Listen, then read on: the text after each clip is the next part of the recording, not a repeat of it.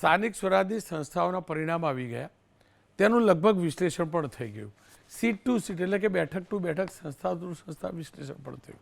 જે જીત્યા ઓછી પણ થઈ ત્યાં પણ કોઈએ ચર્ચા કરી હશે, જેમની ગઈ એમને પણ ચર્ચા કરી હશે, કેમ હાર્યા કેમ જીત્યા એનું મંથન પણ થતું હશે. અને પરિણામોની જ આપણે વાત કરીએ, પહેલાં બીજેપીથી શરૂઆત કરી દઉં તો વર્ષ 2026માં જે ચૂંટણીઓ થઈ હતી એના કરતાં બીજેપીને આ વખતે આખું વિશ્લેષણ કરીને કુલ સંસ્થાનું, કુલ જેટલી સંસ્થાઓ હતી તો એના પરિપ્રેક્ષમાં ગણી તો 3%નું નુકસાન છે. વર્ષ 2015ની અને 2016માં જે ચૂંટણીઓ થઈ એમાં ભાજપે 6માંથી 6 મહાનગરપાલિકા, 83માંથી 56 નગરપાલિકા, 31માંથી માત્ર 6 જિલ્લા પંચાયતો અને 230માંથી માત્ર 73 તાલુકા પંચાયતમાં જીત મેળવી હતી 2015-16માં. એટલે કે ત્યારે 350માંથી 141 સંસ્થાઓમાં બીજેપીએ સત્તા મેળવી હતી. માત્ર 40.29% સંસ્થાઓ પર શાસન હતું. વર્ષ 2021માં સ્થાનિક સ્વરાજની ચૂંટણીમાં બીજેપીએ 6માંથી 6 મહાનગરપાલિકા, 81માંથી 74 નગરપાલિકા, 31માંથી 31 જિલ્લા પંચાયત, 231માંથી 213 તાલુકા પંચાયતમાં સત્તા મેળવી હતી. કુલ 349 સંસ્થાઓમાંથી 324 સંસ્થાઓમાં બીજેપીએ સફળતા મેળવી હતી. એટલે કે વર્ષ 2021માં જે ચૂંટણીઓ થયેલી જેટલી સંસ્થાઓની, બેઠક નથી કહેતો, એ પ્રમાણે બીજેપીનો સક્સેસ રેશિયો સંસ્થા મેળવવાનો 92.83% હતો. આ વખતે 15માંથી 15 મહાનગરપાલિકા, 84માંથી 76 નગરપાલિકા, 34માંથી 33 જિલ્લા પંચાયત, 260માંથી 229 તાલુકા પંચાયત પર બીજેપીની જીત થઈ. એટલે કે કુલ 393 સંસ્થાઓમાંથી 352 સંસ્થાઓ પર બીજેપીની સત્તા આવી છે. એટલે કે સંસ્થાઓના પરિપ્રેક્ષમાં બીજેપીને 89.82% રિઝલ્ટ મળ્યું છે. વર્ષ 2015-16માં 40.29% રિઝલ્ટ, વર્ષ 2021માં સ્થાનિક સ્વરાજની સંસ્થાઓમાં 82.83% અને આ ચૂંટણીમાં 89.82% પરિણામ મળ્યું છે. હવે વાત આમ આદમી પાર્ટીની કરી લઈએ તો સ્થાનિક સ્વરાજની સંસ્થાઓની કુલ 9992 બેઠકોની ચૂંટણીમાંથી આમ આદમી પાર્ટીને 510 બેઠક મળી. મહાનગરપાલિકાની કુલ 1044માંથી માત્ર 6 બેઠક, નગરપાલિકાની 2624માંથી આપને 45, જિલ્લા પંચાયતની 1090માંથી 56 અને તાલુકા પંચાયતની 5234માંથી 403 બેઠક આમ આદમી પાર્ટીને મળી છે. એ સાથે જ આમ આદમી પાર્ટીએ નર્મદા જિલ્લામાં જિલ્લા પંચાયત અને આદિવાસી વિસ્તારની કેટલીક તાલુકા પંચાયતો પર જીત પણ મેળવી છે. હવે કોંગ્રેસની વાત કરી લઉં, જેના કારણે હું આજે આ કાર્યક્રમ કરી રહ્યો છું. સ્થાનિક સ્વરાજની ચૂંટણીમાં કોંગ્રેસને કુલ જે 9992 સીટો હતી એમાંથી માત્ર 1790 બેઠક મળી છે. જેમાં મહાનગરપાલિકાની માત્ર 95 બેઠકો, નગરપાલિકાની 469 બેઠકો, જિલ્લા પંચાયતની 136 અને તાલુકા પંચાયતમાં 1050 બેઠક મળી છે. સ્પષ્ટ છે કે શહેરી વિસ્તારોમાં કોંગ્રેસનું પ્રદર્શન બગડ્યું છે. બેઠકોની ટકાવારી જોઈએ તો મનપામાં કોંગ્રેસને માત્ર 9.09%, મહાનગરપાલિકામાં 17.49%, જિલ્લા પંચાયતમાં 12.47% અને તાલુકા પંચાયતમાં કોંગ્રેસને 20.06% બેઠક મળી છે. હવે આખું આ જે થયું, જે પરિણામ મળ્યું તેને લઈને કોંગ્રેસે આજથી ચિંતન મંથન શરૂ કર્યું છે. કોંગ્રેસની બેઠકો થઈ છે. રાજીવ ગાંધી ભવન પર કોંગ્રેસ રિવ્યૂ બેઠક યોજે છે. 6 તારીખ સુધી પ્રદેશ અધ્યક્ષ અમિત ચાવડા, વિધાનસભામાં કોંગ્રેસના નેતા તુષાર ચૌધરી દરેક ઝોનના પ્રભારીઓ અને પરિણામો સાથે એનાલિસિસ કરશે. આજે દક્ષિણ ગુજરાતના પરિણામોને લઈ વિવિધ પદાધિકારીઓ, હોદ્દેદારો આવેલા હતા અને રિવ્યૂ બેઠક યોજવામાં આવી. રિવ્યૂ બેઠક બાદ અમિત ચાવડાએ શું કહ્યું પહેલાં એ સાંભળી લઈએ. ઘણી જગ્યાએ અમારા જવાબદાર જે સંગઠનના હોદ્દેદારોની નિષ્ક્રિયતાની વાત પણ સામે આવી છે. એમણે જે વધારે સક્રિયતાથી કામ કરવું જોઈએ, વધારે કાળજી રાખવી જોઈએ, એમાં પણ ક્યાંક કચાશની કોઈ જગ્યાએથી રજૂઆતો આવી છે. એટલે બધી જ રીતે સંગઠનમાં જ્યાં કમીઓ રહી ગઈ છે એનો પણ અભ્યાસ કરીએ છીએ. અમારા આગેવાનો, કાર્યકરોની નિષ્ક્રિયતા બાબતે પણ ક્યાંક જે ફરિયાદો છે એની પણ સમીક્ષા કરીએ છીએ. સંગઠનમાં જવાબદાર લોકોએ કામ નહીં કર્યું હોય, કોઈ એન્ટી પાર્ટી એક્ટિવિટીમાં ભાગ લીધો છે એવા તમામ લોકો સામે આ સમીક્ષા બેઠક બાદ પગલાં પણ લેવામાં આવશે. સંગઠનમાં પણ ફેરફાર થશે. હવે આ કાર્યક્રમ કેમ?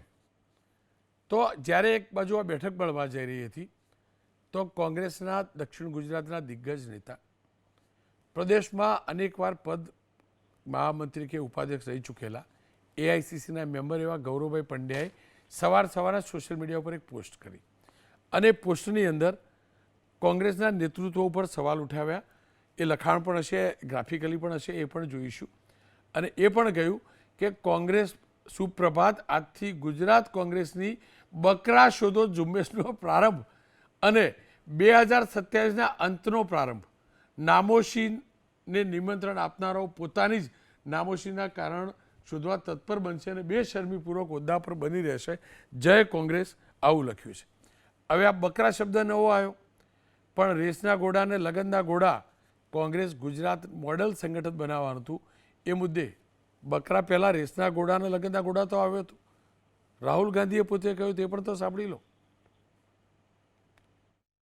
रेस के घोड़े को आप रेस दौड़ाइए और शादी के घोड़े को आप शादी में भेजिए. तो ये हमें गुजरात में करना है.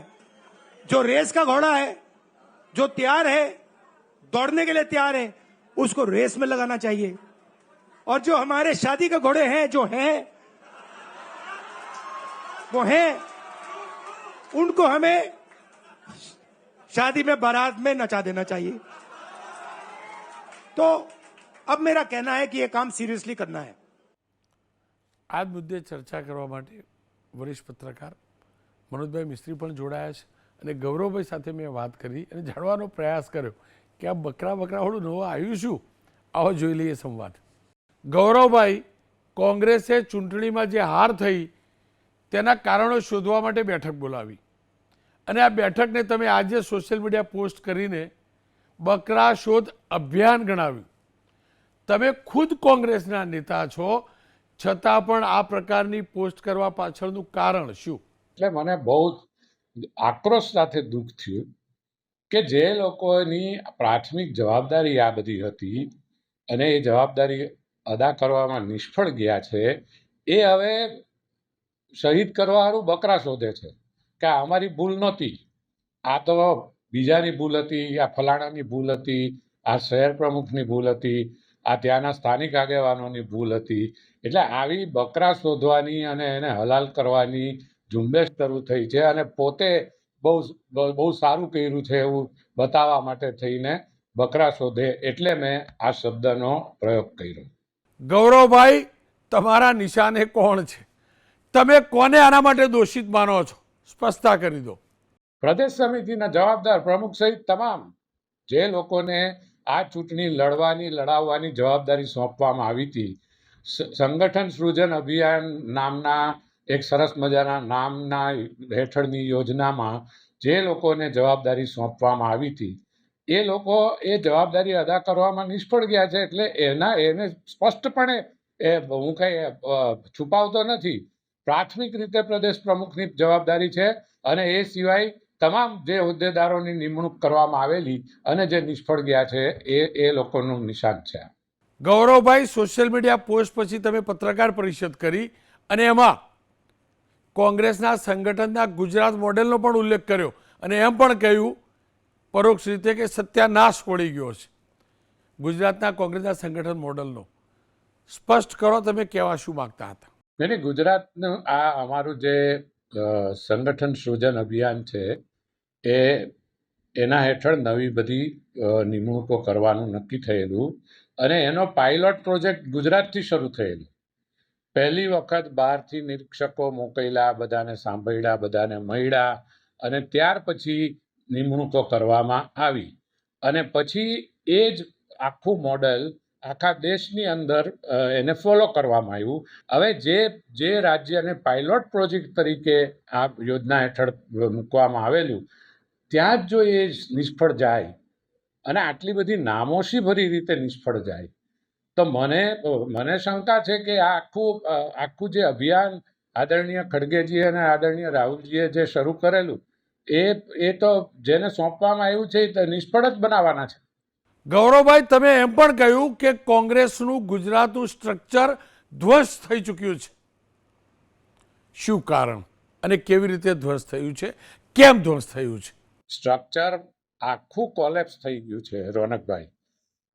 તમે જુઓ કે ગુજરાતના ઇતિહાસમાં ક્યારેય નહોતું થયું એ પ્રકારે 700, 800, 900 બેઠકો બિનહરીફ થઈ અને સેંકડો બેઠકો એવી છે કે જે બેઠકો ઉપર ખાનાપૂરતી પૂરતા નામ મૂકવામાં આવેલ કે જ્યાં કોંગ્રેસના મતદારને ખબર નથી કે કોંગ્રેસનો ઉમેદવાર કોણ છે, ખાનું ભરવા પૂરતું મૂકવામાં આવેલા. આટલી બધી અવદશા કોંગ્રેસની ક્યારેય નથી થઈ. એટલે આખું સ્ટ્રક્ચર કોલેપ્સ થઈ ગયું છે. એ પ્રદેશ પ્રમુખથી માંડીને નીચે તાલુકા પ્રમુખ સુધીનું જે સ્ટ્રક્ચર છે કે વોર્ડ પ્રમુખ સુધીનું સ્ટ્રક્ચર છે એ બહુધા સ્ટ્રક્ચર ખલાસ થઈ ગયું છે, કોલેપ્સ થઈ ગયું, કારણ કે એ કરી જ નહીં શક્યા. અને એટલે હું કહું છું કે જે સ્ટ્રક્ચર કોલેપ્સ થઈ ગયું હોય એના તમે કેટલુંક રિપેરિંગ કરવાના છો. આને હવે નવીન નિર્માણ કરવાની જરૂર છે, કારણ કે એકની એક બાજુ વગાડ્યા કરવાનું. ગૌરવભાઈ, કોંગ્રેસનું સૂત્ર હતું નવસર્જન વાળું. તમને લાગે છે કોંગ્રેસનું નવસર્જન શક્ય છે? થશે નવસર્જન? હું ચોક્કસપણે માનું છું કે પ્રજા કોંગ્રેસની સાથે છે જ, પણ પ્રજાને કોંગ્રેસ તરફ લાવવા માટે થઈને જે સ્ટ્રક્ચર જોઈએ, જે માળખું જોઈએ, જે વ્યવસ્થા જોઈએ, એ વ્યવસ્થાનો અભાવ છે. અને રોનકભાઈ, આજે હું ખુલ્લા દિલે વાત કરવા બેઠો છું એટલે આપને કહું કે વર્ષોથી હું આ વાત કરતો આવેલો છું કે શહેરી વિસ્તારની અંદર કોંગ્રેસ બિલકુલ નામશેષ થઈ ગઈ છે. એટલે શહેરી વિસ્તારની અંદર આજે 66 વિધાનસભાની બેઠકોમાંથી 64 બીજેપી પાસે છે, કોંગ્રેસ પાસે ફક્ત 2 છે. હવે એ 64 સીટ જીતીને જે પાર્ટી આવતી હોય એને 91 પહોંચવા માટે પછી તો ખાલી 27 બીજી જોઈએ, જ્યારે કોંગ્રેસે 91 પહોંચવા માટે બાકીની સીટમાંથી થઈને 91 જીતવાનો વારો આવે. તો એ કેવી રીતે થાય? એ કોઈ દિવસ શક્ય જ નથી. ગૌરવભાઈ, રાહુલ ગાંધીએ 1.5-2 વર્ષ પહેલાં કહેલું કે ગુજરાતમાં કોંગ્રેસ રેસના ઘોડાને નથી ઉતારતું અને લગ્નના ઘોડાને ઉતારે છે, અને હવે એવું નહીં થાય એવું પણ કહેલું. તમને શું લાગે છે? રાહુલ ગાંધીની લીડરશિપમાં જે આ પ્રોજેક્ટ હતો રેસના ઘોડા શોધી અને રેસમાં ઉતરવાનો, તે ફ્લોપ શો થયો? લગ્નના ઘોડા સમજવામાં રાહુલ ગાંધી અને પાર્ટી તમારી નિષ્ફળ ગઈ, ભૂલ કરી દીધી? આ લગ્નના ઘોડા અને રેસના ઘોડા પર બહુ બધી વાતો થઈ ચૂકી છે, એટલે હું એમાં પેલું નહીં કરું. પણ રાહુલજીએ પસંદગી કરવામાં થોક ખાધી છે એમ કહેવા કરતાં એમને પસંદગી માટે જે નામો આપવામાં આવ્યા એમાં મોટામાં મોટી ભૂલ થઈ છે. અને રોનકભાઈ, આજે આપને બહુ પ્રમાણિકતાપૂર્વક કહું કે જે દિવસે આ સંગઠન સૃજન યોજના હેઠળ ગુજરાતના પ્રમુખોના નામ જાહેર થયા ને, તે દિવસે મને પૂછવામાં આવ્યું હતું દિલ્હીથી કે તમારો આમાં what is your first impression, પહેલું શું છે? અને મેં એનો જવાબ આપેલો. તેમાં પહેલી લીટીમાં મેં એમ લખેલું કે આદરણીય રાહુલજીનું જે વિઝન છે એ વિઝન આમાં નિષ્ફળ જતું મને દેખાય છે. This is a recorded fact, એમાં કોઈ જગ્યાએ કોઈ પેલું નથી. અને એમાં મેં બહુ સ્પેસિફિકલી કીધેલું કે અર્બન એરિયા, શહેરી વિસ્તારોમાં તો બિલકુલ આશાસ્પદ જણાતું નથી, પણ આ હવે શહેરી વિસ્તારમાંથી ઠેઠ તાલુકા કક્ષા સુધી પહોંચી ગયું, ગ્રામ્ય કક્ષા સુધી પહોંચી ગયું, એ દુઃખદ બાબત છે. અને એટલે હજુ રાહુલજી પાસે એ વસ્તુની પાકી સમજ છે, પણ કેટલાક લોકો જે મિસગાઈડ કરે છે અથવા જે મિસઇન્ફોર્મેશન શેર કરે છે એને લીધે આ બધું થાય છે. મનોજભાઈ મિસ્ત્રી મારી સાથે જોડાયા છે. મનોજભાઈ, આ રેસના ઘોડા તો આપણે સાંભળેલું, લગ્નના ઘોડા પણ સાંભળેલું, પણ પોલિટિકલ ડિક્શનરીના શબ્દો ન હતા. રાહુલ ગાંધીએ આ શબ્દો આપ્યા, પણ આ રાજનીતિમાં બકરા શોધવાનું અભિયાન, આ પહેલી વાર શબ્દ આવ્યો. આપ શું માનો છો? શું કારણ ગૌરવભાઈ આ પ્રકારે કહેવું પડ્યું અને ખરેખર સ્થિતિ છે શું? જુઓ રોનકભાઈ, ગૌરવ પંડ્યા ભૂતકાળમાં બી આવા ત્રાગા કરી ચૂક્યા છે. એને કોઈનું ઇન્સલ્ટ કરવું કે કોઈના માટે શબ્દ પ્રયોગ કરવા એ બહુ સામાન્ય બાબત છે. એમને પૂછો કે વલસાડ જિલ્લામાં કેટલી બેઠક આવી. રાજ્ય કોંગ્રેસના નેતૃત્વને ભૂલી જાઓ, વલસાડ જિલ્લામાં કેટલી બેઠક મળી? 0. વલસાડ જિલ્લાની 32 બેઠકો પૈકી એક અપક્ષને બાકીની તો ભાજપને મળી. આ એમની હતાશા છે. હવે શાદીના ઘોડા પણ નથી ને રેસના ઘોડા પણ નથી. એ એઆઈસીસીના મેમ્બર છે અને એઆઈસીસીના મેમ્બરના નામે આ બધું તું જ ચલાવ્યા કરે છે. હકીકતમાં એમણે મનન કરવાની જરૂર છે કે કોંગ્રેસનો પરાજય કઈ રીતે થયો, શા માટે થયો. જો ખરેખર કોંગ્રેસને વરેલા હોય અને નીતિમત્તા સાથે જો કોંગ્રેસને વરેલા હોય તો કોંગ્રેસની પાર્લામેન્ટરી બોર્ડની બેઠકમાં બેસીને એમણે મનન કરવું જોઈએ કે આપણે ગુજરાતમાં કેમ હાર કરી રહ્યા છીએ, કેમ બેઠકો ગુમાવી રહ્યા છીએ. 2021માં 1805 બેઠક હતી અને 2026માં 1412 પૈકી માત્ર 393 બેઠકો કોંગ્રેસે જીતી છે આખા ગુજરાતમાંથી. એની સામે આપનો આંકડો તમે જુઓ, હમણાં તમે ગણાવ્યું કે 1116 બેઠકો મળી. આપ પાર્ટીએ નર્મદા જિલ્લા પંચાયતમાં રાજ છે એમનું, ઉપરાંત 10 નગરપાલિકાઓમાં પણ એમનો વિજય થયો છે. આ ચિંતન કોંગ્રેસે કરવાનું છે, ભાજપે નહીં. ભાજપ તો વિનિંગ પાર્ટી છે જ, પણ એકબીજાના ઇન્સલ્ટ કરવા, એકબીજા માટે ઈંડા ફેંકવા, એકબીજાના કપડાં કાઢવા આ કોંગ્રેસનું કલ્ચર છે. ને એ કલ્ચર પૈકીના નેતા છે. ગૌરવ પંડ્યા એ કંઈ જુનિયર માણસ નથી, વયોવૃદ્ધ નેતા છે. એમણે ઘણી ચૂંટણીઓ જોઈ છે. એમણે માધવસિંહ સરકારમાં પણ કામ કર્યું છે, અમરજીભાઈની સરકારમાં પણ કામ કર્યું છે. ત્યાર પછી જેટલી પણ કોંગ્રેસની સરકારો આવી એ બધી સરકારનો હિસ્સો રહ્યા છે. પાર્લામેન્ટરી બોર્ડમાં ટિકિટો આપવાથી માંડી ઇવન જીણાભાઈ દરજી સાથે પણ એમણે કામ કર્યું છે. આટલો મોટો સિનિયર નેતા જ્યારે શબ્દ પ્રયોગ કરે કે હવે બકરા શોધવાનું અભિયાન શરૂ થયું, અરે શરમ આવી જોઈએ યાર. બકરા શોધવાનું અભિયાન, આ તો ફૂટપાથનો વર્ડ છે, આ કતલખાનાનો વર્ડ છે. મટનનો કતલખાને જે જાનવરો કપાય છે એનો આ શબ્દ પ્રયોગ અહીંયા કરી રહ્યા છે. તેમને ખરેખર શરમ આવી જોઈએ. અને કોંગ્રેસે આવા લોકોને દરવાજો બતાવી દેવો છે કે ભાઈ હવે તમે વૃદ્ધ થઈ ગયા છો, હવે તમે માનસિક સંતુલન ગુમાવી બેઠા છો, હવે તમને કોંગ્રેસમાં રહેવાનો કોઈ અધિકાર નથી. સિનિયર નેતાને છાજે એવું એમણે નિવેદન કરવું જોઈએ. અને પત્રકારો આગળ બડાસ મારવાનો કોઈ ફાયદો નથી. કોંગ્રેસ મરી પરવારી નથી. એવું નથી કે ગુજરાતમાં કોંગ્રેસ ખતમ થઈ ગઈ છે. કોંગ્રેસનું અસ્તિત્વ ધીમે ધીમે, કારણ કે એમણે બીજી પેઢી પેદા નથી કરી. ગૌરવ પંડ્યાને પૂછો કે તમે કેટલા સમયથી, કેટલા વર્ષોથી નેતા છો, તમે કેટલા કાર્યકરો પેદા કર્યા, તમે કેટલી પેઢી પેદા કરી કે જે તમારા પછી કોંગ્રેસનો વારસો આગળ ધપાવે. આ માત્ર ગૌરવ પંડ્યા નહીં, ગુજરાત કોંગ્રેસના એક પણ નેતાએ નવા કાર્યકરને પેદા થવા દીધો નથી. એની આ પરિણામ છે, એનું હાર છે. રાહુલ ગાંધી જે કંઈ કહેતા હોય રેસનો ઘોડો, શાદીનો ઘોડો, એ નવી પેઢીના માણસ છે, નવી પેઢીના વર્કર છે, એટલે એમને દુઃખ થતું હોય.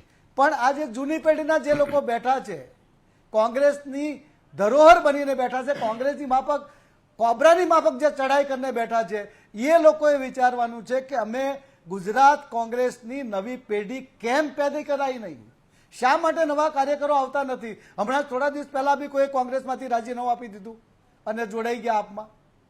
અને આપમાં કોંગ્રેસ, આ ભાજપમાં બી તમે જુઓ કે જે સિનિયર નેતાઓ છે, જવાહર ચાવડા જુઓ, કુંવરજી બાવળિયા જુઓ, વિઠ્ઠલભાઈ રાદડિયા જુઓ, ઇવન પોરબંદરના પહેલા જે ભાઈ આપણા મંત્રી છે એ અર્જુનભાઈ, એ પણ તમે જો કે આ બધા શું કામ કોંગ્રેસ છોડી રહ્યા છે, શા માટે કોંગ્રેસનો પાલવ પડતો મૂકીને ભાજપમાં જાય છે, આપમાં જાય છે? કારણ કે તમારું નેતૃત્વ નિષ્ફળ છે. તમે બીજાને પેદા થવા દેતા નથી અને એટલે આ કોંગ્રેસની અવદશા છે. અને છેલ્લે જ્યારે મતિ ભ્રષ્ટ થઈ જાય ત્યારે બકરા શબ્દ વાપરવામાં આવે. યાર આ કઈ એક સિનિયર નેતાને છાજેવું નિવેદન છે? છેવાડાનો કાર્યકર પણ આવો શબ્દ નહીં વાપરે. વધીને કહો કે ભાઈ અમને શહીદ કરી દેવાના છે. શહીદ શબ્દ વપરાય છે કે ભાઈ અમે નિષ્ફળ રહ્યા છીએ, કે અમે અમારું આ થયું છે, કે ભાઈ કામ નથી, કે હારી ગયા એટલે અમને શહીદ કરી દીધા. પણ બકરા શબ્દ વાપરીને જે ગૌરવ પંડ્યાએ જે પ્રયોગ કર્યો છે એ એમની હતાશાનું એમની નિર્લજતાનું આ પરિણામ છે કે એમણે આ શબ્દ વાપરવો નહીં જોઈએ. અને કોંગ્રેસ હારે છે. શા માટે હારે છે? કેમ હારી? કોંગ્રેસનું કેમ પતન થઈ રહ્યું છે એનું મનોમંથન કરવાને બદલે એ ભાઈ વલસાડમાં બેઠા બેઠા સોશિયલ મીડિયા પર જ્યારે હવે નિવેદનો કરે તો એમને કઈ ભાષામાં આપણે મૂલવીએ, એમનું કઈ રીતે મૂલ્યાંકન કરવું? આવો કોઈ નેતા નથી. ભૂતકાળમાં મને યાદ છે જનતા દળના એક નેતાએ ઇન્દિરા ગાંધીના ફોટા પર પેશાબ કર્યો હતો. એ નેતા પણ આજે કોંગ્રેસમાં છે. એ નેતા પણ કોંગ્રેસ છોડતો નથી. તમારી મર્યાદાઓને તમારે ઓળખવી પડે.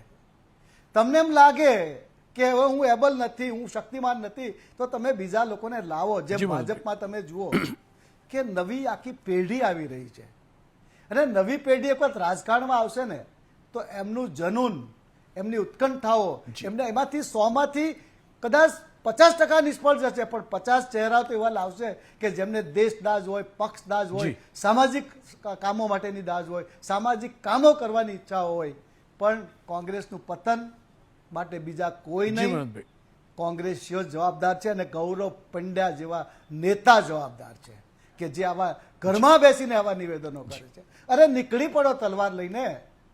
તમને કોંગ્રેસ માટે જો હેત છે અને કોંગ્રેસે કેટલું આપ્યું ગૌરવ પંડ્યાને પૂછો, તમને કોંગ્રેસે કેટલું આપ્યું? ઇન્દિરા ગાંધીથી માંડીને અત્યાર સુધી એઆઈસીસીના મેમ્બર બની ગયા એટલે વાત પતી ગઈ. અને એ એઆઈસીસીના મેમ્બરના નામે એમણે જે વૈભવ ભોગવ્યા છે, સત્તાઓ ભોગવી છે, એ જે જૂની પેઢીએ જોયા છે એમને ખબર છે, નવી પેઢીને ખબર નથી. તમે વલસાડ કરી ચૂક્યા છો, તમે સુરત કરી ચૂક્યા છો, તમને ખ્યાલ હશે કે કોંગ્રેસી નેતાઓમાં સજ્જન લોકો પણ છે અને સારા લોકો હતા, પણ એને સાઈડ ટ્રેક કરી દેવામાં આવ્યા અને જે લોકો દાજવાળા હતા એ લોકો બીજી પાર્ટીમાં. કારણ કે પોલિટિક્સ એવું છે અને જ્યારથી આ પક્ષ પલટાનું શરૂ થયું છે ત્યાર તો કોઈ નક્કી જ નથી કે કોણ ક્યાં જઈને બેસશે. અને સ્વાભાવિક છે કે કોંગ્રેસની ગટરમાં, કોંગ્રેસની દુકાનમાં જ્યારે માલ ખલાસ થઈ જાય, એની માર્કેટિંગ ખલાસ થઈ જાય તો એના સેલ્સમેન બીજે ચાલ્યા જાય. બિલકુલ જેવું આપણા રિપોર્ટરોનું. એટલે સ્વાભાવિક છે કે કોંગ્રેસની વખારને, કોંગ્રેસની દુકાનને, કોંગ્રેસની પેઢીને આ ગૌરવ પંડ્યા જેવા નેતાઓએ ખતમ કરી છે. હું જવાબદારી સાથે કહું છું. અને એને માટે થઈને એ જ પેઢીના સારા લોકો બીજી પાર્ટીમાં ચાલ્યા ગયા છે. એમને માટે આવા લોકો જવાબદાર છે. મનોજભાઈ આપનો જે બકરા શબ્દો શોધી રહ્યા છે. મનોજભાઈ આપનો ખૂબ ખૂબ આભાર. કે ફરી એકવાર કહીશ, ગૌરવ પંડ્યા વર્ષોથી રાજનીતિમાં છે, દશકોથી છે, કોંગ્રેસમાંથી છે. તેમનું આ નિવેદન વિશ્લેષણ માગી લેવું હતું એટલે મેં આ વિશ્લેષણ કર્યું છે. વિપક્ષ મજબૂત હોવો જોઈએ, હકીકત છે. દુર્ભાગ્ય છે વિપક્ષ ખુદ મજબૂત નથી થઈ રહ્યો અને વિપક્ષી નેતાઓના પ્રકારના નિવેદન આવે છે. હું તો બોલીશમાં લઈશ એક નાનકડો વિરામ અને વિરામ બાદ વાત કરીશ બીજેપીના કાર્યકર્તાઓને CR પાટીલે આપેલો હું નહીં આપણેનો મંત્ર.